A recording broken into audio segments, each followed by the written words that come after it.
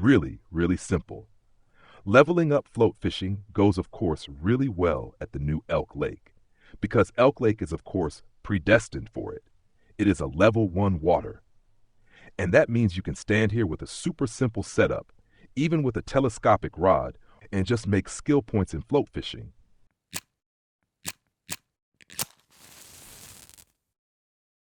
And bam, look here, left and right, everywhere the fish come in, it just hits in here, one bite after the other. And I really have to say the setup itself is just so basic. Such a simple setup, such small hooks, such small baits, such cheap baits, and despite all that, such good fish that bite here. So it's really fun. You can really nicely skill float fishing on frequency here, of course, because we have so many different fish species here.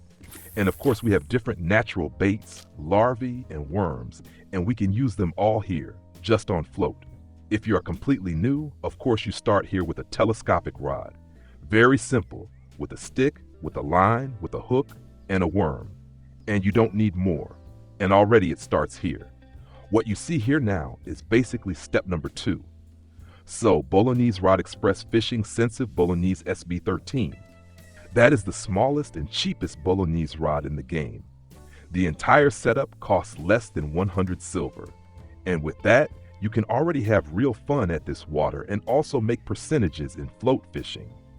And that is of course what we want, because at the latest towards Christmas, there will surely be again such an event, so completing tasks and also getting rewards for it. And such an event can be done really well if you use the double baits. That's why right now I am of course not using double baits, but I just have here simply the cheapest bait in the game, really the cheapest bait, the earthworm. Just attached here, the one that basically everyone has lying around in the inventory thousands and thousands of times, at the latest, when you are a bit higher in level. But this bait really works well. And I am already thinking whether I should also stand here with my bigger setup and maybe even with double earthworm to maybe have an even higher chance. By the way, I'm right now doing my happy hour. So that really goes well. Fantastic fish with it, good weights, and that on a very light and small setup. We will look at that again in detail in a moment. I can also go again into the shop and then we will calculate the prices together, what the whole thing costs. At the moment, I would almost say that the line I am using is probably the most expensive here in the entire setup, but that's of course not absolutely necessary. It is already a high quality line, but despite everything, a line with extremely low breaking strain. 2.8 kilograms only is super low breaking strain, and despite that, it is enough here, so it is completely sufficient. So far, I have not yet had a fish here that spooled me empty in any way, or that was simply too heavy. I am of course also with a smaller hook here. So, this is how it looks right now. That is now in silver terms, maybe 30-40 silver. That is of course not insanely much without Café orders, because Café orders we also do several of them at the same time with this method. So if you stand here with this simple setup and just pull out different fish with the earthworm, then of course you will also very quickly be able to complete 3-4 different Café orders.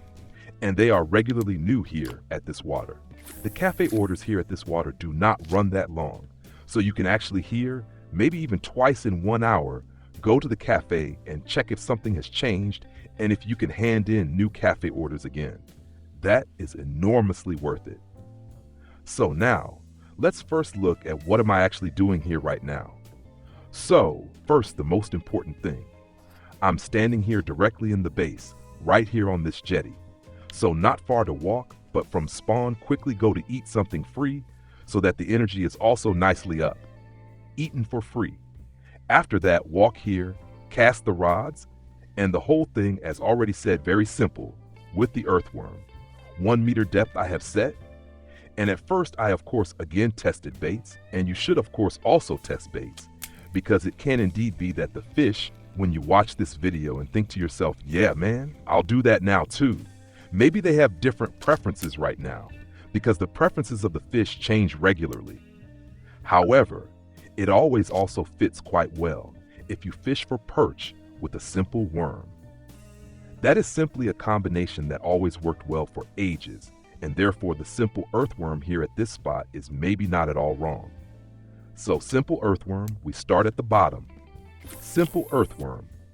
I only have a size 12 hook. Relatively small even. Size 12 hook is a good size, good all-round size. You can also take a size 6 hook. I think a size 6 hook could also work very well.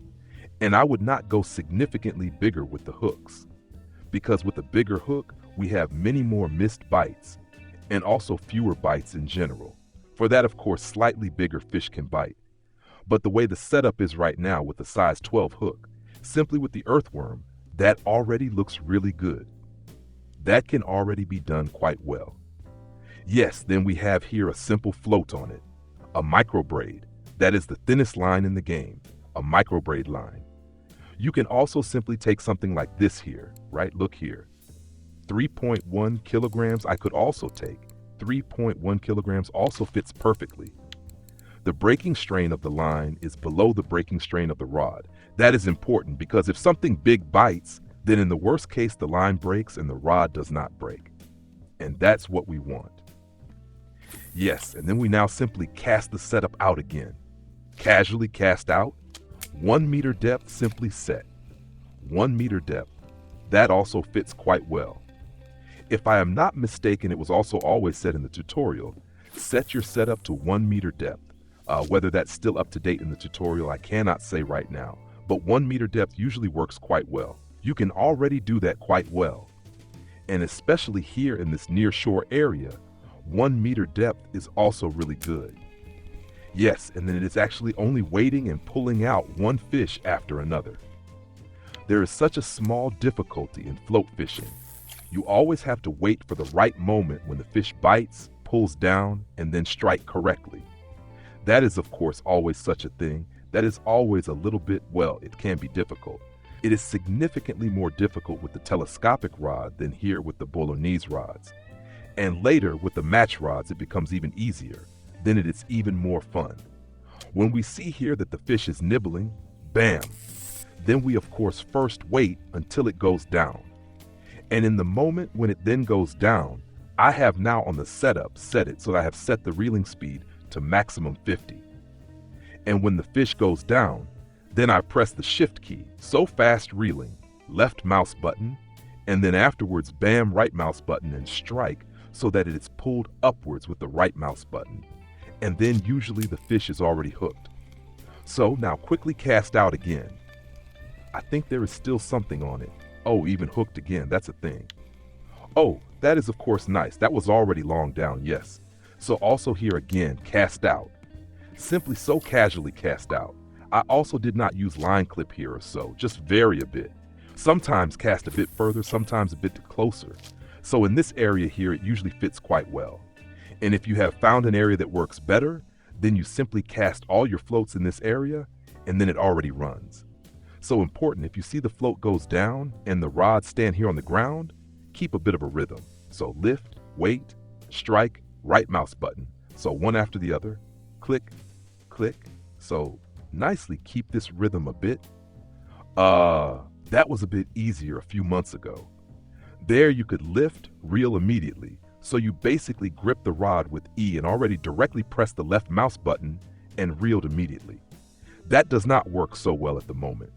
I suspect that was reworked, that the whole thing has to happen a bit more deliberately. Here we now have such a case. So now we have here just, or I said again, the float goes down in a moment, and when it bam, now lift, strike. So lift, briefly waited, strike. That is really always such a small rhythm that has to be kept, and then it also works really well. I already made a video a few weeks ago about why hooking here was so bad, and that actually has to do with this rhythm. So lift, briefly wait. It is really only half a second, maybe briefly wait, and then set the strike, as if that is some kind of global cooldown in the game. But then it works much better. So now again, until down, lift, wait, strike, exactly like that. And that actually works excellently. I have tried it at many different waters and also tried it here today, and it looks really good. I think I had now 3 missed bites or something like that. Of course, that also happens again and again, but that is normal. And not nearly as many missed bites as at the beginning, where the fishing style, the way I struck here, was still different. So many I do not have. Oh, I have to lower the drag. Oh, ha, that is really a fat chunk. Very nice. Oh, I'm excited. Stop it. That is not for real. That is not for real. Oh my God, I already almost thought. Trophy. The one I've been looking for as trophy for so long. That would have been it now. Man, he is fat. 1.5 kilograms. Insane.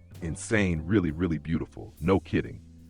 So I will now really stand here again with the earthworm and then also keep trying. Just here with the earthworm and maybe later with double bait earthworm, because later the double baits are worth it.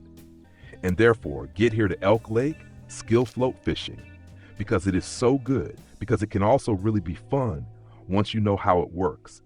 And especially at all the new waters, at the Yama float fishing is exciting. At the newly rebuilt Balaya float fishing is really fun. Here it is really fun. At the Tunguska, also fun. So there are many waters where you can really do float fishing well. Later on, carp fishing. That is also really fun. So much for that. Get here. So leave a like, don't forget to subscribe to the channel, that helps me a lot, and then we'll see each other in the next video. Until then, tight lines.